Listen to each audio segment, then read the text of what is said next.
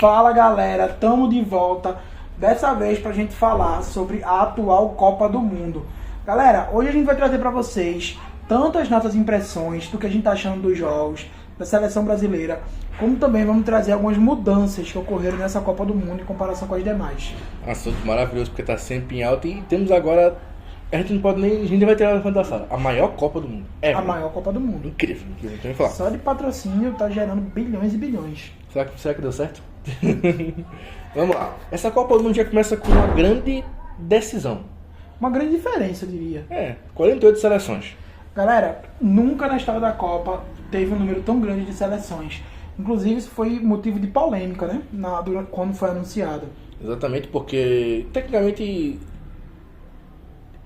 tinha um medo, né? Que estragasse o nível de competição, porque teriam seleções menores se classificando, que acabou não se mostrando tão 100%, e algumas pessoas reclamam que... Essa primeira fase eliminatória, inclusive, está mostrando bem isso.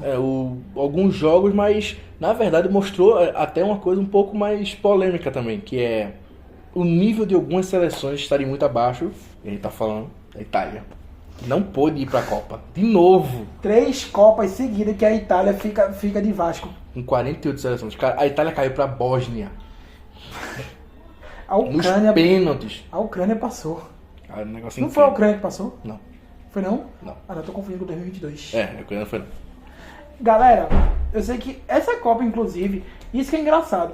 Por mais que seja a maior Copa do Mundo, com o maior número de seleções, tem seleções importantes que ficaram de fora, sendo, que eu me lembro agora, a Itália e Camarões, que sempre vão pra Copa. Camarões é mais pela tradicionalidade, né? Camarões é uma seleção que sempre... E sempre dava uma sorte de cair no grupo do Brasil. A gente batia, né? Então... Mas aí tem um ponto. As seleções africanas mudaram muito, hein? Mudaram muito. Marrocos tá aí pra tirar a onda. Marrocos, agora mesmo a gente acabou de assistir o jogo do Costa do Marfim versus Noruega. A Noruega ganhou. Costa do Marfim jogou muito. A Noruega ganhou, mas ganhou com um sufoco de 2-1 no finalzinho.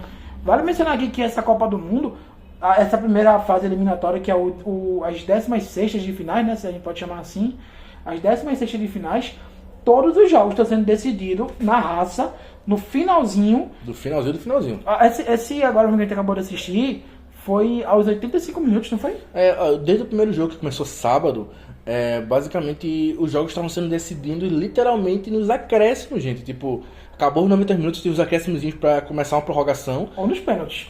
E, você me citou, tivemos 2 prorrogações, 2 decisões por pênalti já também. Que foi Alemanha e Paraguai e Marrocos e Holanda. Vocês têm noção que 2 potências foram eliminadas? Paraguai conseguiu eliminar a Alemanha. E Marrocos conseguiu eliminar a Holanda. A Alemanha já vem de uma fase bem ruim, não anda bem das Copas, caiu em 18 e 22 caiu nas fases de grupos. E agora sobreviveu à fase de grupos, mas caiu 16 avos. Bem feito. Isso aí foi o karma do 7-1. E a gente passou, mas vamos lá. Vamos falar uma coisa interessante. Não, mas antes de mais nada, eu vou falar uma coisa polêmica. O quê? Eu não esperava nada da nossa seleção. Eu não tava botando fé no Brasil nessa Copa. Eu estava. Eu tava com muito medo da gente perder na fase de grupos. Ele ficava falando isso, eu ficava dizendo pra ele, não vai passar. Ele...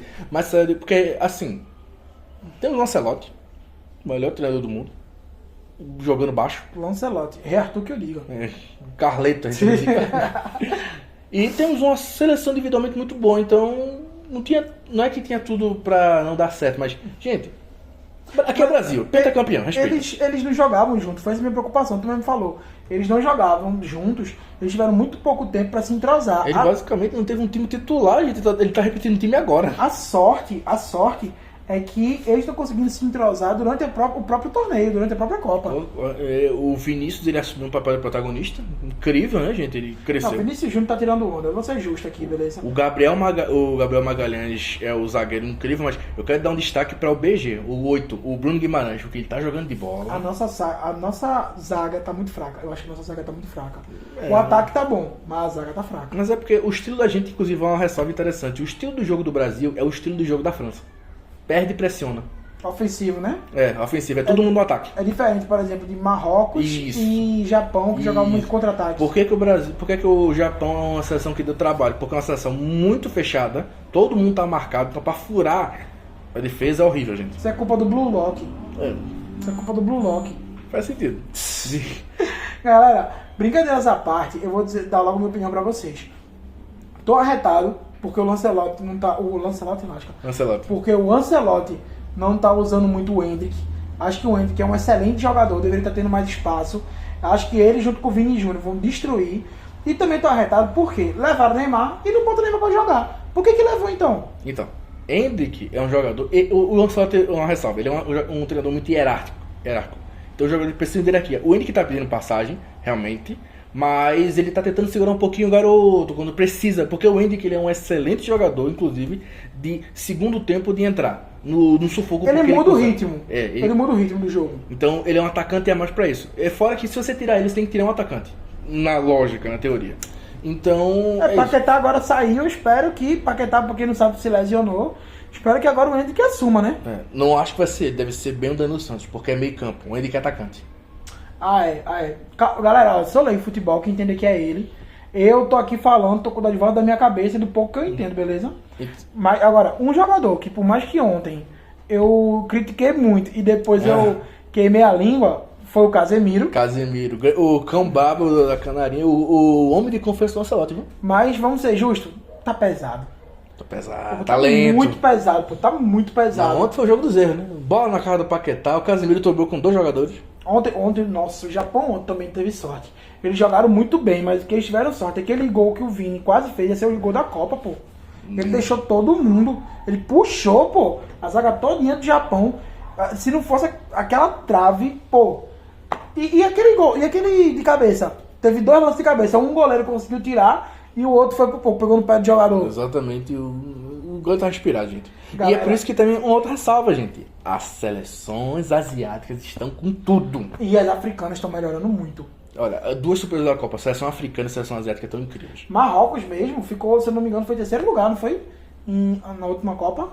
Não lembro de cabeça, mas Marrocos é uma seleção que vai crescendo muito. Cresceu muito. Nosso segundo lugar, muito bom, muito poderio, o goleiro muito bom, então eles vêm de uma geração boa, tá, gente? Eu até fico feliz, porque isso mostra também que aquele primeiro jogo não foi o Brasil que também jogou muito mal. Marrocos é forte, a gente tem que ser justo. Sim, a gente tá pegando pedreira, tá, gente? Vai ser uma classificação cascuda. Eu ia falar isso pro meu amigo aqui, eu já falava, ó, a gente vai passando, se a gente for passando, é uma seleção tão boa quanto outra melhor que a outra. Eu não vou mentir, eu queria ter jogado contra a Holanda, eu queria que o Brasil tivesse dado na Holanda, porque o jogo que mais ficou na minha cabeça, os 2 jogos que mais ficaram na minha cabeça foi quando a gente foi eliminado em 2006 pra França, que ele foi o primeiro jogo que eu vi o Brasil perder, me traumatizou até hoje, e a virada de 2010, porque a gente perdeu de virada, os 2 na quarta de final. Aquele jogo contra a Holanda, acho que foi o mais dolorido, porque contra a França foi de 1-0, mas contra a Holanda, virada é bronca. Cara, a gente tava vencendo no primeiro tempo, metade do segundo tempo a gente tomou um gol, eu fiquei, não, finalzinho do segundo tempo, a Holanda vira, eu fiquei, foi ali que eu tive a noção que futebol você não comemora antes da hora. Exatamente, você tem que esperar 90 minutos, inclusive o do Japão, né? Foi isso, aos 90 e poucos minutos, o juiz quase não acaba o jogo, inclusive. Polêmica. Aquele juiz ali era argentino. Tem muitas polêmicas de arbitragem, a gente vai falar sobre isso também, porque assim, o jogo tá porrada tá comendo, tá, gente? Porrada tá comendo. Estão batendo. Mas alguns lances estão marcando, então tá esquisito. Teve um pênalti pro Brasil no jogo contra o Japão que não deram, né? O Martinelli, que foi o cara que fez o gol, levou uma cultura no olho. Que teve aquele gol anulado do Vini Júnior contra a Escócia. Por uma falta que não existiu. Não existiu. Ou seja, estão querendo dificultar pro Brasil. Então não querem deixar o Hexa vir. Mas assim, toda campanha do Brasil sempre foi assim. É brigar com todas as seleções e brigar com a arbitragem. Mas eu tô gostando, porque, galera, nas outras Copas, pode ver, o Brasil começava destruindo. A gente ficava naquele empolgação. Animação. Chegava nas quartas, a gente perdia. Vai ver, eu não tô dizendo que é, mas vai ver, dessa vez, com todo esse sufoco, com todo assim, uma crescente, a gente quase infartando, vai ver que não é desse jeito que a gente vai chegar na final e conseguir o Hexa. Eu já tô feliz, não vou mentir. O Carleto ele tá animado disso. Ele disse pro Vinícius, a gente vai ganhar. Pra quem não tava botando fé na seleção, a gente ter pelo menos conseguir chegar já nas oitavas, já tô feliz. Claro que eu quero quartas, semi, final. E ainda digo mais, eu vou comemorar muito. Porque existe a chance real da gente pegar a Argentina na semifinal. Vamos lá, chegar lá. Nosso caminho agora às quartas é contra a Noruega. As oitavas. Desculpa, você tá vendo mesmo? As quartas é uma provável Brasil e Inglaterra. Vai repetir 2002, inclusive. E semifinal é probabilidade Argentina. E a final tem a probabilidade muito grande também de ser a França. Cara, se a gente conseguisse isso, eu ia comemorar tanto. Dá na Argentina na semifinal, dá na França na final. Que hexa, meus amigos. Seria o hexa. Mas é aquela coisa, não vou zicar, não vou ficar botando tanta expectativa pra não me decepcionar. Cada jogo é um jogo. Tô feliz que a gente passou do Japão. O Japão jogou muito, evoluíram muito. Os caras... Eu não lembro se foi os holandeses ou foi os suecos. Os caras falaram que um jogador falou assim, ó. É muito difícil jogar contra eles porque todo canto, toda a bola que eles tentavam cruzar, tinha um japonês lá pegando a bola. O que mostra o nível deles. Eles marcaram muito bem. A zaga deles estava muito bem posicionada. Eles se aproveitavam muito dos contra-ataques. O ataque deles melhorou muito. Eles eram jogadores de muita velocidade. Escreva o que eu estou dizendo. O Japão treinar mais. O Japão pegar técnica, toque de bola, domínio de bola e principalmente drible. Eles vão ser um dos maiores adversários do futuro. Exatamente. Surgiu um craque, né, gente? Porque as seleções tecnicamente são feitas de craque, né? Temos uma artilharia da Copa insana. Eu não tenho outra palavra para dizer, porque a artilharia da Copa do Mundo está basicamente Messi, com 5 gols atualmente. Literalmente, o Mbappé? nosso... Não, tá Haaland com 4. E depois tá o Mbappé com 4 também, ou 3. Mas o Mbappé joga hoje ainda, então a gente tem que saber. O Mbappé, ele vai ser o maior. Mais entendido. Os 4 atacantes que me vêm na cabeça da Copa do Mundo é Vini do Brasil, sim, Messi da Argentina, Cristiano de Portugal e Mbappé da França. Não. O Cristiano só tem 2. Não. Cristiano não tá. Não. Como ele só tem 2, ele é pouco pra artilharia. A artilharia vai ser, tá entre Messi, Haaland, Mbappé, o Vinícius e talvez o Harry Kane da Inglaterra. O Haaland agora que ele vai enfrentar, ele tá, né? Nessa disputa. Ele tá em segundo na artilharia da Copa. O do norueguês. Norueguês. Tem que tomar cuidado com o ataque da Noruega, porque eles estão muito bem posicionados. O que também acaba sendo uma vantagem. Eles vão dar espaço, então vai ser uma coisa interessante. Vai ser um jogo assim, ofensivo. Claramente ofensivo. Eu falei pra uma coisa interessante, que na nossa vez a gente tem que enfrentar o maior Japão da história, a melhor Noruega da história, a Inglaterra jogando bem, a Argentina na semifinal e a França. Mas eu sempre digo, você é pra ser campeão, tem que ser campeão em cima dos melhores. Vencer um torneio em cima de gente fraca é ridículo. Eu não considero uma vitória plena. Tem que vencer os top. Jogo rolando, bola rolando. E já aproveitando aqui a deixa, eu queria só deixar um adendo. Você vê que até seleções que antes, como o próprio Haiti, o Haiti já apanhava, em 2013, apanhava de 12-0, 13-0. O Brasil venceu de 3. É o Brasil que tá fraco ou é o nível deles realmente que tá aumentando? Aumentou, porque basicamente o Haiti fez, no jogo seguinte, ao mesmo tempo que teve o jogo do Brasil e Escócia, o Haiti conseguiu fazer 1-0 na Marrocos. Depois o Marrocos empatou, depois o Haiti virou, depois o Marrocos empatou e só depois conseguiu fazer 4-2. Então, olha aí como as seleções que antes eram literalmente páreas estão evoluindo. E isso é uma das maiores mudanças. Por quê? Para quem não sabe, tem muita seleção pequena que não consegue investir na sua seleção. Com esse aumento no número de seleções na Copa, o que a FIFA arrecada pelo torneio tem que passar um pouco para as seleções. E isso vai abrir margem para os outros países começarem a investir mais nas seleções. Podemos citar... Pegando esse dinheiro, e aí vai aumentando. O que vai aumentando o nível do campeonato. Podemos citar uma das grandes seleções já favoritas da Copa, que é Cabo Verde, gente. Cabo Verde passou do seu grupo, que era literalmente um grupo que tinha tudo para ter passado Espanha e Uruguai. Cabo Verde passou em segundo, empatando. Foi um grupo da morte, né? O grupo da morte da morte da Noruega, que era França, Noruega... Iraque e Senegal, mas ele dá pra dizer isso também, porque, cara, você pegar o Cabo Verde ter passado isso tudo, olha, é um grande feito, e gente. É uma seleção, assim, respeitosamente falando, é uma seleção pequena. Muito fraca, tecnicamente, muitas coisas, mas foi incrível. Temos a ajuda das regras, vamos falar uma coisa interessante aqui. Vamos falar das regras, que deu umas mudadas interessantes. Vamos falar das regras. Galera, como vocês sabem, essa está sendo a maior Copa do Mundo da história, 48 seleções, tanto que com isso surgiu uma nova rodada. Não são mais 7 jogos, agora são 8. Agora a gente tem a fase de 16 avos, né? Porque basicamente as 8 melhores seleções que conseguiram terceiro lugar vão poder passar. Mas assim, é um corte muito difícil. Muitas passaram com basicamente 4 pontos, 4 a 3 pontos. Lembrando que foram divididos em 12 grupos de 4, passando o primeiro e o segundo, e os 8 melhores resultados, os 8 melhores terceiros lugares desses 12 grupos também avançam. O que acabou abrindo um precedente interessante, né? Porque tem seleções que, é forte, mas não tá num bom dia. Então isso acaba aumentando, elas tendo mais uma chance, acaba aumentando também o nível do campeonato. E assim, favoritas, perderam seu favoritismo, gente.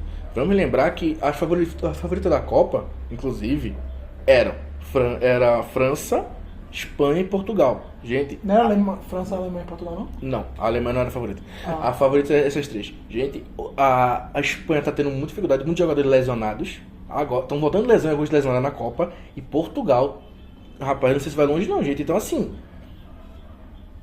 A que tá mais coesa é a França, né? A França é a única favorita também, porque o ataque da França, e o problema não é o ataque da França, é o ataque e os reservas. Os caras é tudo bom. E isso que é engraçado, porque a seleção francesa, se você for olhar direitinho, a maioria não é francês nato. A maioria é francês naturalizado. Não sei se eu tô falando besteira aqui, mas pelo que eu soube... Tem uma discussãozinha sobre isso. É permitido, tem uma discussão se pode, se não pode. Boa parte da seleção francesa é de jogadores naturalizados, tô errado? Tem alguns lá, tem alguns nomes. Então, fazer o quê? No Brasil, todo mundo brasileiro mesmo, né? Brasil. Pronto. E aí, galera, é clássica, né? Porque eu penso assim... Eu acho que você só poderia jogar na seleção do seu país mesmo. Esse negócio, se fosse ficar naturalizando jogador, querendo ou não só tira a potência de um país, mas também você tá jogando com jogadores que em tese não são do seu país. Você naturalizou, mas não é do seu, não é francês. Eu não sei o que vocês acham, mas essa é a minha opinião. Aquela discussão complicada, né? Um assunto bem complicado. Isso gera debate sobre a FIFA.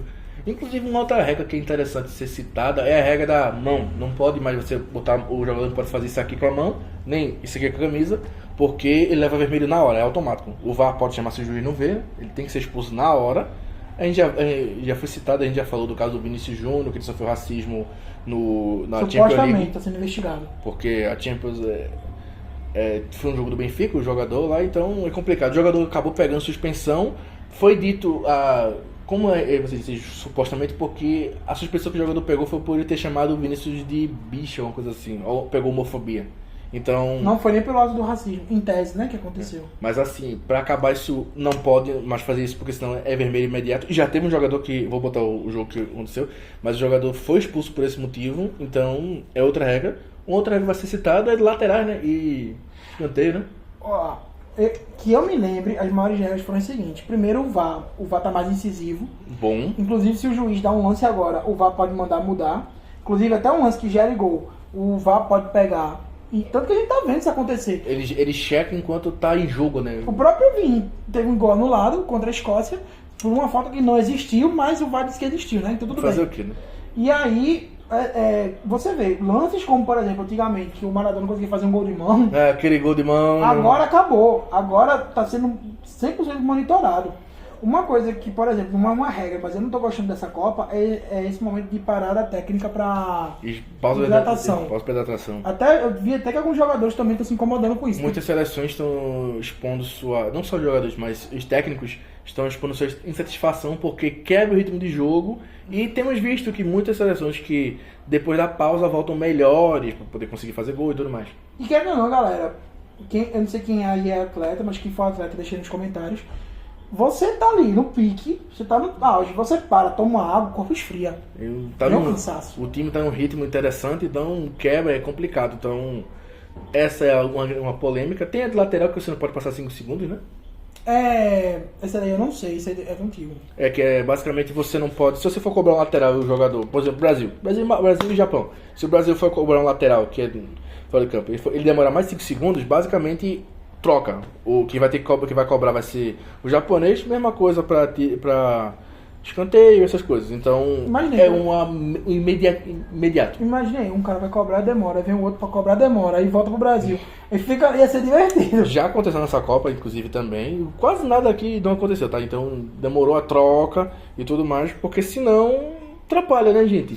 Outra coisa que, assim, não é uma mudança, mas os juízes estão deixando o jogo correr, então tá tendo muita porrada, tá? Isso eu tô gostando. Isso tá legal. Só acho que o Brasil tem que começar também a dar na porrada. Tá apanhando muito. Outra regra agora, a última que eu vou citar aqui, na verdade as duas últimas, é a do goleiro. Que o goleiro agora tem 10 segundos pra repor a bola em jogo, pra não quebrar o ritmo. Sim. Engraçado que isso não pode quebrar o ritmo, mas parada técnica pode. E também a troca de jogadores. Quando houver a troca de jogadores, o jogador que for trocado tem 10 segundos para sair e 10 segundos para entrar. Sob a penalidade de que, se passar de 10 segundos, tem que ficar 1 minuto do lado de fora esperando para poder entrar. Olha o problema que é isso aí. Tem uma que não tá no roteiro, mas eu vi parece que caso um jogador for goleiro, se todas as seleções podem levar 3 goleiros. Se os 3 se lesionarem, eles poderiam chamar outro. E, inclusive, tem uma regra sobre isso também, que são 5 substituições. Mas agora tem uma sexta que pode ocorrer se algum dos jogadores sofrer uma concussão. Que aí, se ele sofrer uma concussão séria que possa ser perigosa, aí pode haver uma sexta substituição. Só que é um caso muito atípico. Extremo, é quase extremo. Vocês sabem, basicamente o futebol moderno, qualquer pancada na cabeça, qualquer coisa, encontrão, que o jogador caia, imediatamente o jogo tem que ser paralisado e as equipes médicas entram dos 2 times ou de um para poder olhar o jogador. Imediatamente, isso não é, bateu não. Inclusive no próprio jogo de Marrocos e Holanda, aconteceu 2 situações bem estranhas, porque um jogador da Holanda, ele não é que foi uma porrada, mas ele sofreu um corte na cabeça através da chuteira de um jogador holandês. Não foi uma coisa séria, mas acabou vazando muito sangue, então o cabelo dele acabou ficando vermelho até. Então ele ficou ruivo. Ele não pôde ficar no campo. Ele teve que sair do campo, porque não pode sangue. E depois o jogador marroquino, ele teve aqui a sobrancelha cortada e basicamente melhor a camisa ele tem que trocar. Tem que trocar automaticamente, gente. Não pode ficar assim. Se rasgar é a mesma coisa. Essa Copa tá fazendo história em diferentes níveis e inclusive uma extra-campo, né? A gente tá vendo só aqui no nosso país mesmo que a Cazé TV tá fazendo história. Tomou o monopólio da Globo, tá passando os 104 jogos, tá só de patrocínio, faturou 2 bilhões, isso além de tá vendendo produto, tá ganhando de AdSense, fechando contratos. Uma narração incrível. Uma narração muito boa. E o bom da Cazé TV também é a resenha, né? O jeito deles é tudo bem voltado ali pro futebol. E uma coisa interessante também, gente, é que eu acompanho o futebol, eles contrataram narradores muito bons, repórteres e tudo mais. Tem o Fred Caldeira, alguns vão conhecer, era da TNT Sports, então eles estão fazendo um trabalho muito bom, gente. Tanto que estão fazendo tudo pra derrubar a Cazé TV, né? Então você tá vendo que é uma Copa que tudo tá sendo novidade. Uma novidade incrível. Dentro do campo e extra-campo. É a primeira Copa que a seleção brasileira tá indo com um técnico estrangeiro. É a primeira Copa que literalmente são maior número de seleções e também 3 países sedes. 3 países sedes. Não podemos esquecer, Estados Unidos, Canadá e México. Uma Copa, inclusive, uma ressalva interessante que o jogo de abertura da Copa foi África do Sul e México, igual a 2010. Aí, ó. E agora tem chances reais do Brasil, se for passando, as outras seleções também, a gente pegar a França na final, que já aconteceu antes. 98. Então, galera, 98. Isso sem contar que seleções em pequenas estão eliminando seleções grandes. Então, tá uma festa boa, você tá curtindo. Quem estiver assistindo aí, espero que aproveitem muito os jogos. É um momento único. Tá acabando, gente, então vamos acompanhar. Independente de qualquer coisa, você vê que é nesse momento que o povo se une. Até essa questão dessa briga ideológica que tá acontecendo. Sim. Fica mais de lado, todo mundo unido, uma festa rolando. Quem dera fosse assim todos os anos. Mas, galera, é isso. Espero que vocês estejam se divertindo com a Copa. Fica aqui com a gente, deixa aí sugestão de conteúdo. A gente sempre vai gostar de ler os comentários. No momento, como a gente está comentando agora, nossos vídeos não tem praticamente nenhum comentário, então é a sua chance de falar diretamente com a gente, né? Exatamente. Bota agora que a gente já vai responder. Gente, se inscreva no canal, ative o sino para notificação para acompanhar nosso conteúdo. Galera, obrigado por ficar com a gente aqui até o final e até a próxima. Até a próxima, galera.